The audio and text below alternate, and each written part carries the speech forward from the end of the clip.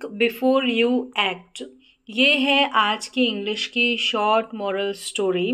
हिंदी में करेंगे इसको ट्रांसलेट। इस स्टोरी के हेल्प से आप इंग्लिश के हर एक स्ट्रक्चर को बारीकी से सीख पाएंगे और समझ पाएंगे। इसके साथ ही साथ कई सारे इंग्लिश के नए वर्ड मीनिंग भी यहाँ पर आप सीखेंगे, प्लस जो ग्रामर का पार्ट है उसको भी कवर करेंगे। तो चलिए स्टार्ट करते हैं।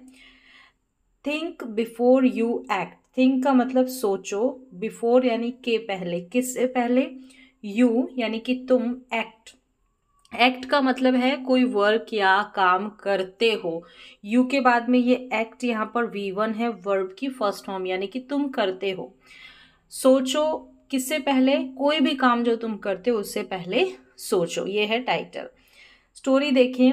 There lived.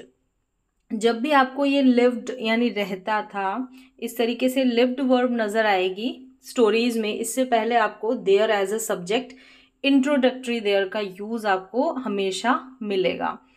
तो यहाँ पर एज अ सब्जेक्ट देयर का यूज किया गया है। देयर लिव्ड टू फ्रॉग्स, यानी कि रहते थे टू फ्रॉग्स। कहाँ? इन में अ पॉन्ड, यानी कि एक तालाब में। पॉन्ड मड, यानी कि एक कीचड़ वाले तालाब में। मड का मतलब होता है कीचड़ या फिर गीली मिट्टी। There live two frogs in a pond mud, यानी कि कीचड़ वाले तालाब में दो फ्रॉग्स, फ्रॉग्स का मतलब मेंढक, दो मेंढक रहते थे। तो लिव्ड यहाँ पर वर्ब की सेकेंड फॉर्म है, सिंपल पास्ट का ये एफर्मेटिव सेंटेंस है। दे वर पासिंग, यहाँ पर वर के बाद में पासिंग है, यानी कि वर्ब में, मेन वर्ब में यहाँ पर आईएनजी है। वर यहाँ पर ये जो वर है ये हेल्पिंग वर्ब है। ये पास्ट का कंटिन्यूअस टेंस का सेंटेंस है। पास का मतलब होता है पास, PASS, पास का मतलब गुजारना, व्यतीत करना कह सकते हैं।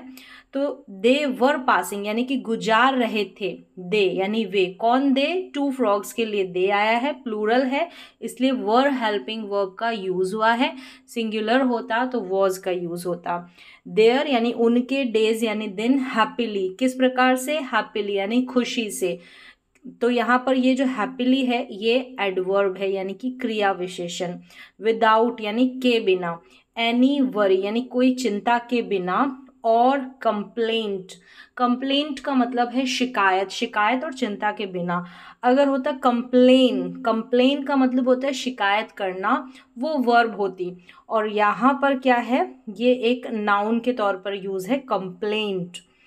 चलिए, तो यहाँ पर समझ में आ गया कि वर्ब प्लस वर्ब में आईएनजी है, तो ये पास्ट का कंटिन्यूअस टेंस है। रहा था, रही थी, इस तरीके से सेंस निकल कर आएगा। आगे देखें। बट लेकिन, एज यानी कि जैसे ही, द समर यानी कि गर्मी, गॉट अंडरवे। तो यहाँ पर देखिए ये गेट की सेकेंड फॉर्म है गॉट, तो ये सिंपल पास्ट का ही वाक्य है। गेट का मतलब होता है होना, और यहाँ पर लिखा है अंडरवे। अंडरवे का मतलब होता है टू बिगिन, यानी कि शुरू होना। टू बिगिन शुरू होना, शुरुआत होना।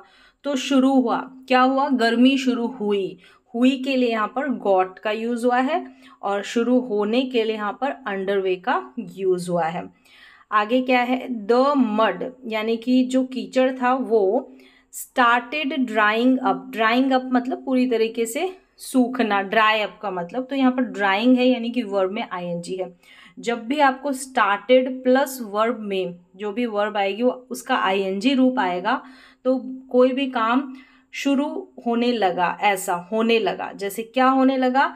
जो मड था, कीचड़ था, वो सूखने लगा, इस तरीके से सेंस आएगा। तो स्टार्टेड का यूज हम सिंपल प्रेजेंट टेंस में भी कर सकते हैं, वहां पर स्टार्ट और स्टार्ट्स का यूज हो जाता है। ये सिंपल पास्ट का वाक्य है। तो इस स्ट्रक्चर में क्या होता है, स्टार्ट के बाद में या स्टार्टेड भी हो गया तो इसके बाद में जो भी वर्ब आएगी वो आईएनजी रूप में आएगी। तो क्या है यहाँ पर? But as the summer got underway, यानी कि जैसे ही, लेकिन जैसे ही समर शुरू हुआ तो मड क्या है, जो कीचड़ है वो सूखने लगा। आगे देखें। नाउ द प्रॉब्लम, अब जो प्रॉब्लम यानी मुश्किल वॉज थी, क्या थी? वेयर शुड, वेयर का मतलब कहाँ, फिर यहाँ पर शुड है, हेल्पिंग वर्ब है, ये model auxiliary, model helping verb है, एडवाइस के लिए इसका यूज होता है। फिर वेयर शुड, यहाँ ये जो दे है ये सब्जेक्ट है, गो यहाँ पर मेन वर्ब है, और लास्ट में क्वेश्चन मार्क लगा है तो इंट्रोगेटिव यानी कि प्रश्नवाचक वाक्य है, और शुड का यूज करके बनाया गया यानी कि एडवाइस के सेंस में, या फिर किसी से ओपिनियन मांगते हैं तो भी शुड का यूज किया जाता है। तो वेयर शुड दे गो मतलब कि वे कहाँ, उन्हें कहाँ जाना चाहिए, क्योंकि चाहिए का सेंस निकलेगा अगर शुड मॉडल का यूज हुआ है। तो ये प्रॉब्लम थी, ये परेशानी थी।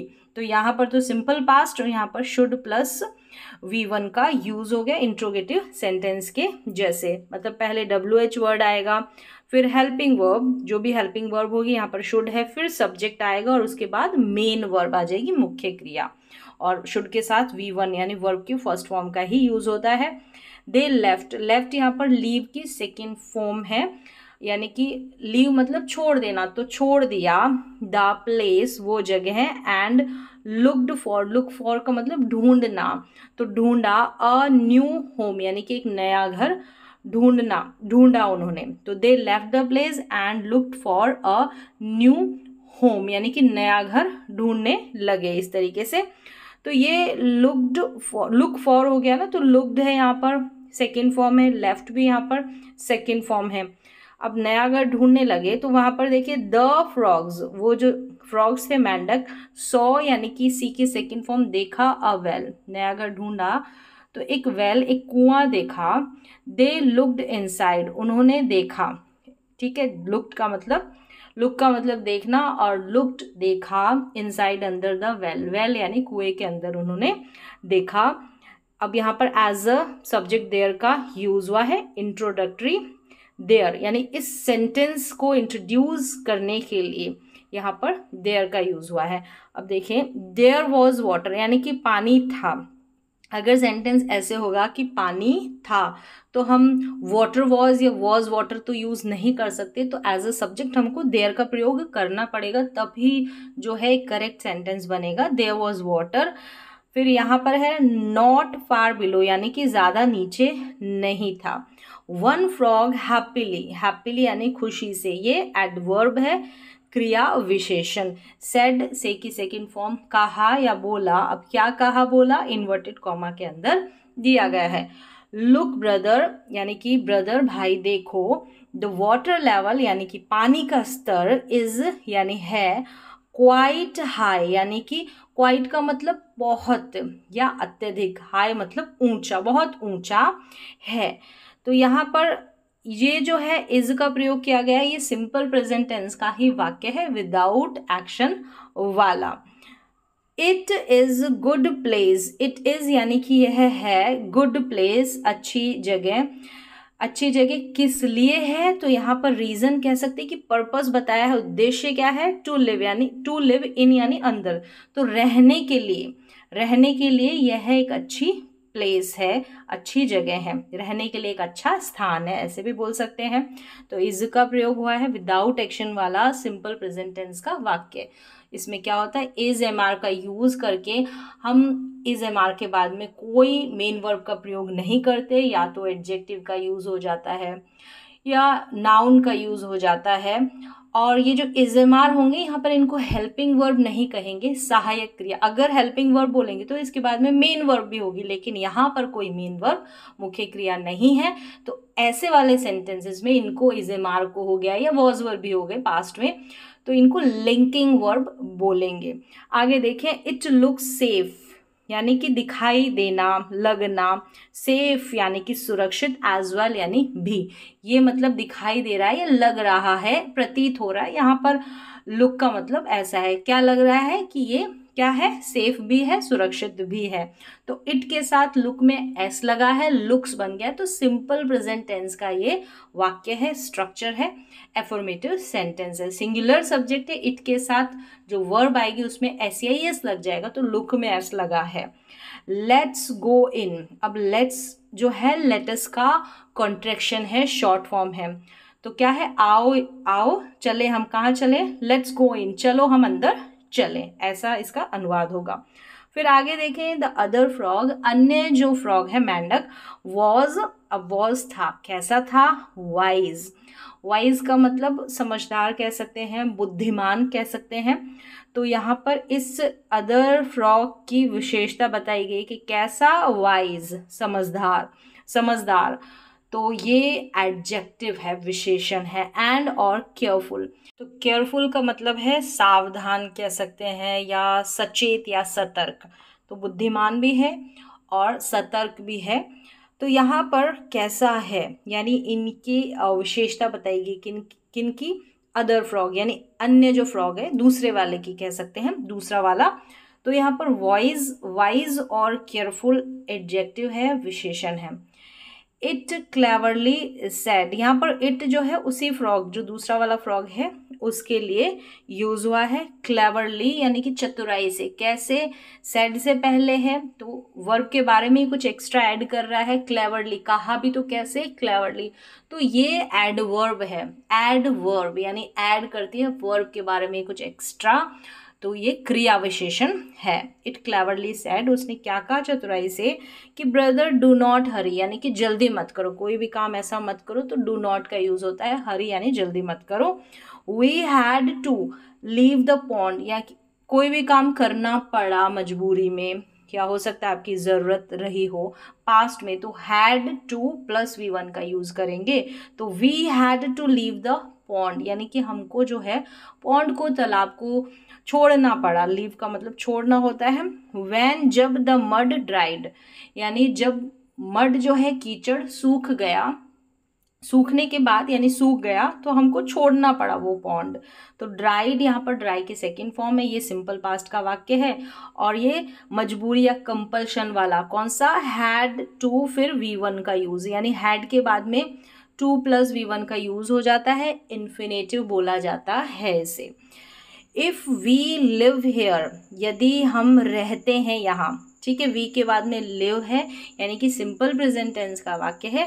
इफ वी लिव हेयर, यदि हम यहाँ रहते हैं, तो हाउ शेल वी, यानी कि कैसे, शेल का यूज हुआ है। फिर यहाँ पर क्या है, वी यहाँ पर सब्जेक्ट है और कम यहाँ पर मेन वर्ब है, तो शेल प्लस वर्ब की फर्स्ट फॉर्म का यूज होता है। तो फ्यूचर इंडेफिनिट टेंस का ये स्ट्रक्चर है। अब यहाँ पर क्वेश्चन मार्क लगा है तो क्वेश्चन के हिसाब से इसको बनाया जाएगा, यानी प्रश्नवाचक सेंटेंस की जैसे, यानी पहले WH फैमिली वर्ड जैसे हाउ आया, फिर हेल्पिंग वर्ब शेल, फिर सब्जेक्ट और फिर मेन वर्ब, ये स्ट्रक्चर फॉलो करना पड़ता है। तो how shall we come out, हम कैसे आएंगे बाहर, इफ, यदि, दिस वेल, कुएं के बारे में बताता है कि दिस वेल, यदि यह वेल ड्राइज अप, सूख जाएगा या सूख जाता है, हम ऐसे भी बोल सकते हैं सूख जाएगा या सूख जाता है, क्योंकि यहाँ पर देखिए ड्राइज है, यानी ये सिंपल प्रेजेंट टेंस का वाक्य है। और ड्राई अप का मतलब होता है, ड्राई से ड्राइज बना है, सिंपल प्रेजेंट टेंस का वाक्य है, एफर्मेटिव सेंटेंस है। सूख जाना, पूरी तरीके से सूख जाना, तो ड्राई अप बोला जाता है। फिर आगे क्या है, द फर्स्ट फ्रॉग, जो पहला फ्रॉग था, सॉ यानी कि देखा, वो दूसरे ने बोला कि अगर कुआं पूरी तरह से सूख जाएगा तो हम बाहर कैसे आएंगे। द फर्स्ट फ्रॉग सॉ, पहले देखा, सी की सेकेंड फॉर्म, देखा, क्या देखा, द विजडम, बुद्धिमानी, द विजडम बुद्धिमानी, इन में, वॉट द, वॉट जो, द अदर यानी कि दूसरे ने, दूसरा वाला जो था, हैड सेड यानी कहा था, जो उसने कहा था उसकी बुद्धिमानी को पहले वाले फ्रॉग ने देखा। तो यहाँ पर हैड प्लस वर्ब की थर्ड फॉर्म का यूज हुआ है, सेड का यूज हुआ है, तो ये पास्ट का परफेक्ट टेंस का वाक्य है। अब यहाँ पर जो है कंप्लीट हो जाती है स्टोरी। मॉरल दे रखा है, थिंक यानी कि सोचो, बिफोर के पहले, किससे पहले सोचो, टेकिंग एक्शन। टेक एक्शन का मतलब होता है टू डू समथिंग, यानी कि कुछ करना, तो कुछ करने से पहले सोचो, ये है इसका ट्रांसलेशन। यहाँ पर एक चीज़ और ध्यान रखनी है, जब भी प्रपोजिशन आ जाएगी उसके बाद में कोई भी वर्ब का हम यूज़ करते हैं तो उसका ING वाला रूप यानी कि वर्ब की फोर्थ फॉर्म का आप यूज़ करेंगे जब भी कोई क्या आ जाता है, प्रपोजिशन आ जाता है। जैसे बिफोर के बाद में टेक का यूज़ करना था तो टेक नहीं, हम टेकिंग का यूज़ करेंगे। तो ये थी आज की शॉर्ट मॉरल स्टोरी, आपको समझ में भी आई होगी। मैंने कोशिश की टेंसेस की हेल्प से स्टोरी के हर एक स्ट्रक्चर को बारीकी से समझाने की, हर एक वर्ड का मीनिंग बताने की। उम्मीद है आपको समझ में आया होगा।